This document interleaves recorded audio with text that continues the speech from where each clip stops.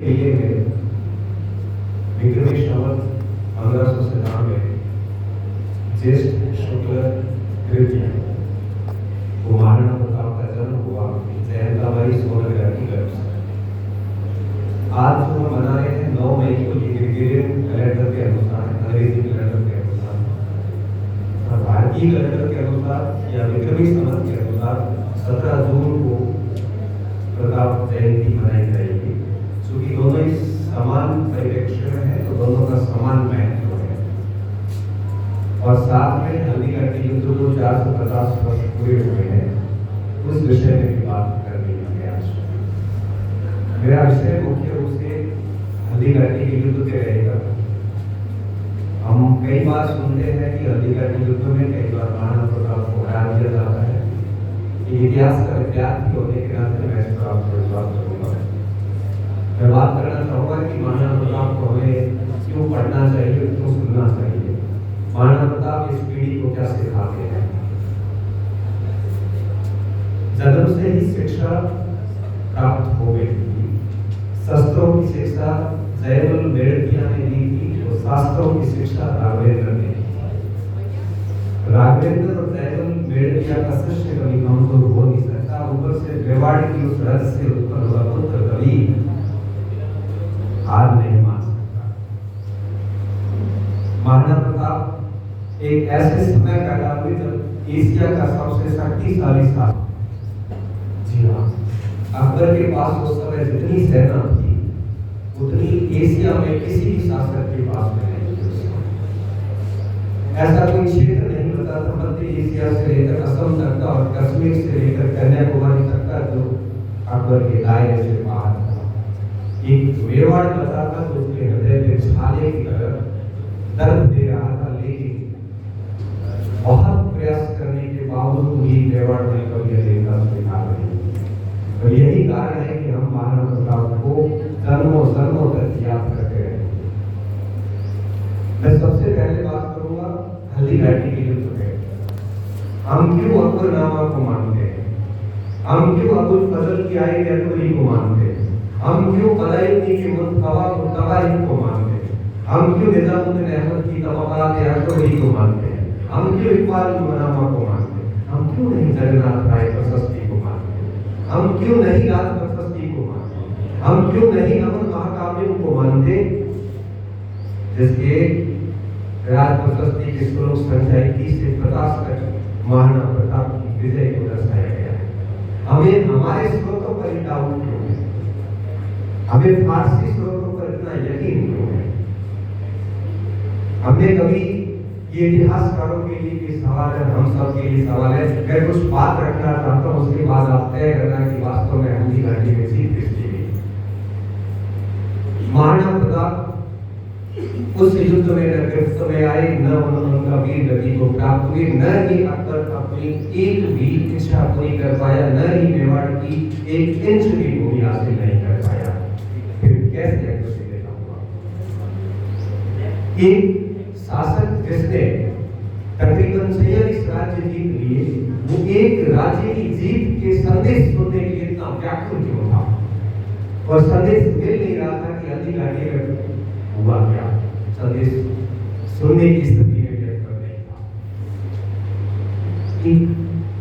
जिसको तथाकथित महान सम्राट के रूप में जाना जाता है, वो इस युद्ध के रिजल्ट के लिए व्याकुल था। रिजल्ट मिल नहीं रहा था, आप रिजल्ट समझ सकते हैं। हल्दी घाटी के युद्ध के ठीक बाद अकबर ने 3 अभियान बैक टू बैक कुंभलगढ़ के ऊपर भेजे, फिर दिल्ली के ऊपर अभियान किया, फिर जगन्नाथ कछवा के ऊपर के साथ में 1585 में अभियान किया, और महाराणा प्रताप की मृत्यु के बाद 1599 में एक और अभियान किया अमर सिंह के ऊपर। अगर हल्दी घाटी जीतते तो इतने सारे अभियानों की जरूरत ना। क्यों मान सिंह और आसफ खान जैसे मुख्य सेनापतियों को अकबर ने आने नहीं किया, उनकी ड्यूटी बंद कर दी गई थी। एक मैन सेनापति जब भी होता है तो उस सेनापति की ड्यूटी बंद नहीं की जाती। आप समझ सकते हो कि आखिर जीत किसकी। महाराणा प्रताप ने इस युद्ध के बाद में मोड़ी से लेके पुल से लेके बहुत सारी ऐसे परवाने और ताम्रपत्रियां जारी की थी। हारा हुआ शासक ताम्रपत्रियां जारी नहीं कर सकता। बहुत सारे ऐसे विषय हैं जिनके ऊपर आप ध्यान से सोचोगे तो आप पाओगे कि महाराणा प्रताप उस युद्ध में विजय भी हुए थे। ऐसे विजेता शासक को हमें हमेशा याद रखना चाहिए। और इस पीढ़ी को मैं बताता हूँ कि महाराणा प्रताप हमें क्या सिखाते हैं। महाराणा प्रताप हमें सिखाते हैं कि सामाजिक सद्भावना क्या होती है। उनकी सेना में सभी जाति धर्म वर्ग क्षेत्र के लोग शामिल थे। जैसा कि भाई नगेंद्र जी ने कहा कि मेवाड़ के राज चिन्ह में एक तरफ महाराणा है तो दूसरी तरफ भील है।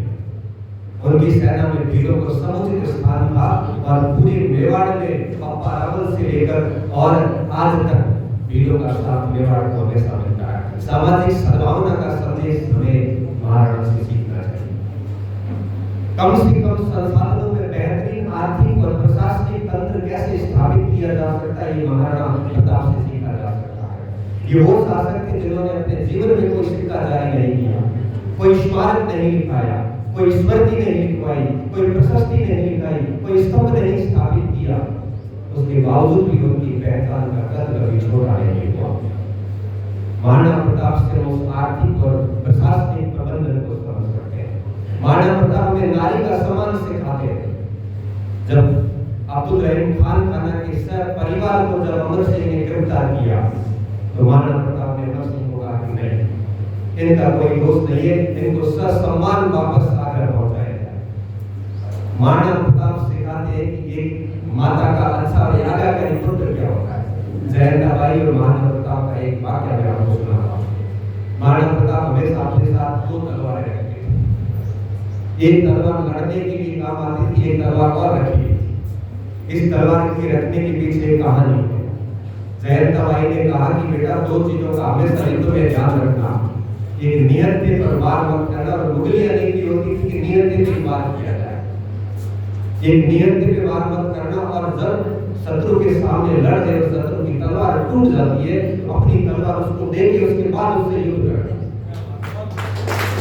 और उसके बाद से महाराणा प्रताप अपने पास में दो तलवारें रखते थे हर समय, ताकि अपनी माँ की बात को कभी भी वो उसकी अवज्ञा नहीं कर सके। आप अकबर से ये सीख सकते हैं, अकबर से ये सीख सकते हैं कि एक शत्रु की मौत के बाद भी आप उसकी बहादुरी की प्रशंसा करें। तो मैं आपको कहता हूँ कि महाराणा प्रताप एक अच्छे शत्रु भी थे। शत्रुता भी कैसे निभाई जाए ये भी हमें महाराणा प्रताप से सीखना चाहिए। महाराणा प्रताप की 1597 में जब मौत भी थी, अकाल मृत्यु नहीं थी, वो नेचुरल डेथ थी, युद्ध में मृत्यु नहीं थी। उस समय अकबर लाहौर में थे और दूसरा जिलाडा ने जब उनको सूचना दी तो वो भी उस समय उनकी बहादुरी को लेकर सोचने लगे और उनकी आंखों में भी अश्रु थे। महाराणा प्रताप हमें जीवन में बहुत कुछ सिखाते हैं। ऐसे शख्सियत इस जयंती पे मैं सादर प्रणाम करता हूँ, श्रद्धांजलि अर्पित करता हूँ। और हल्दीघाटी युद्ध के बारे में जितनी बात की जाती कम है, समय की बातें तय है मेरी, मैं बहुत अधिक बात को फैसलों करें।